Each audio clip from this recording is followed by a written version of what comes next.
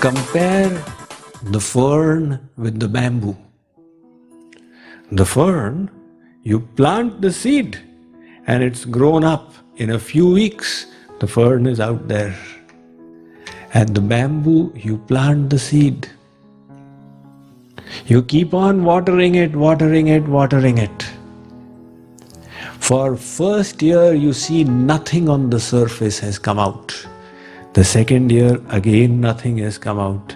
The third year, again nothing. 5 years in succession, nothing comes.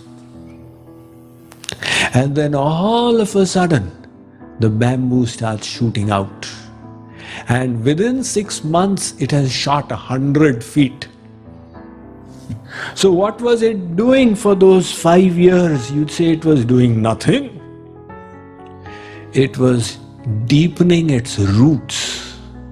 Because for it to rise 100 feet, it needs such solid roots. If the roots are not strong, it's going to fall over. Like the sequoia groves, last year some of us, we went to the sequoia forest. Now those sequoias are huge trees, and if by chance the sequoia seed has fallen in a place that's not strong enough, after 200 years the tree falls over. The roots cannot sustain. So the bamboo needs such strong roots, it's going to shoot 100 feet up. Those 5 years, it is strengthening its roots. Similarly, God wants us to reach that perfection. It will take time. And in this time, there will be mistakes, there will be errors, there will be times when we fall. Never get discouraged. See all these as opportunities to learn and to progress. The world may say you are a failure, but God will never say it. So many things in this world were rejected as failures, and later on they became great successes.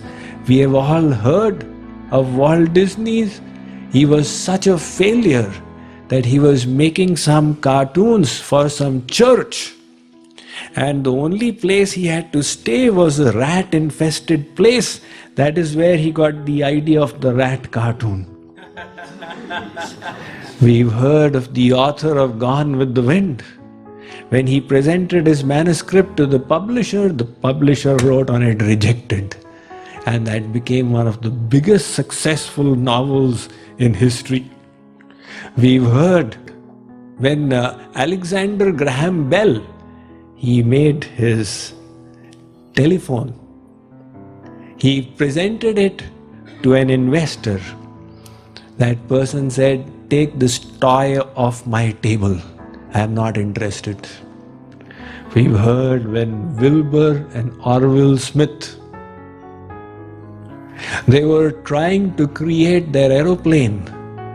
3 days before that, in the New York Times, there was an article in the editorial. These crazy people and their crazy machines, they are actually thinking that they will fly up in a machine. Impossible. Only birds can fly. And 3 days after that, they succeeded. So, there is no such thing as a failure. It's a constant learning process. A man was watching a local football match in a school playing ground. As he sat there, he asked one of the boys what the score was. With a bright smile on his face, the boy replied, "They are leading us by 3-0. Astonished, the man said, "Really? But you don't look discouraged at all." Discouraged? The boy asked with a puzzled look on his face. Why should I be discouraged when the referee has not blown the final whistle yet? I have confidence in my team and the managers, and we shall definitely win the match. And certainly, the match ended 5-4 in favor of the boys' team. The boy waved at the man gently with a charming smile as he left. The man was absolutely amazed, his mouth wide open. Such confidence, such beautiful faith, and he's just a small boy. As the man got back home that night, the boy's question kept ringing in his mind again and again. Why should I be discouraged when the referee has not blown the final whistle yet?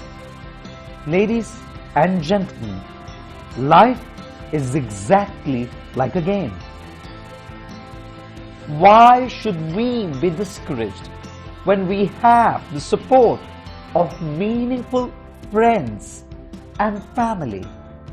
Why should we be discouraged when there are powers higher than us to help us? Why should we be discouraged when there's still life left? Why should we be discouraged when the final whistle has not been blown yet? The truth is that many of us blow the final whistle ourselves by giving up. But as long as there is life, nothing is impossible, and it's never too late.